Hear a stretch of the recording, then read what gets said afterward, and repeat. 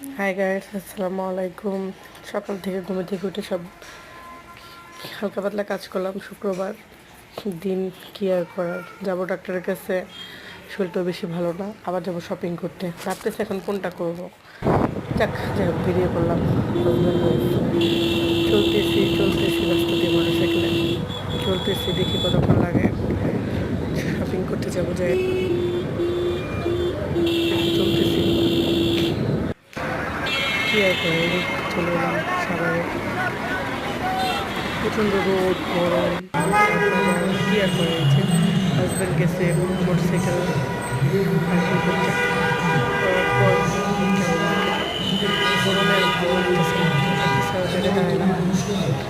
তারপর মানুষের ভিড়, সবাই তো শপিং করবে। এই যে অবশেষে কেনাকাটা করলো, করে এখন গরমে আর যাবো না ডাক্তারের কাছে।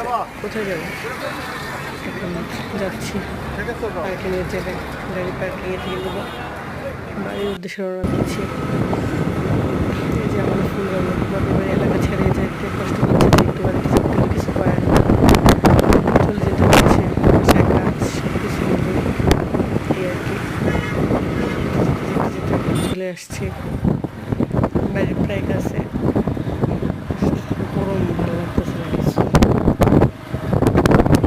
আর কি অপেক্ষা করতেছি কখন বাড়িতে যাবো, কখন বাড়িতে যাবো, কখন যাবো, কখন এই অস্থির বেড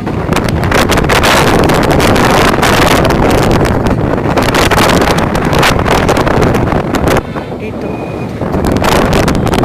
শেষমেশ চলে এলাম বাসায়। ফ্রেশ হবো, ভালো থাকেন, শপিং করলাম, এই আর কি। আল্লাহ হাফেজ।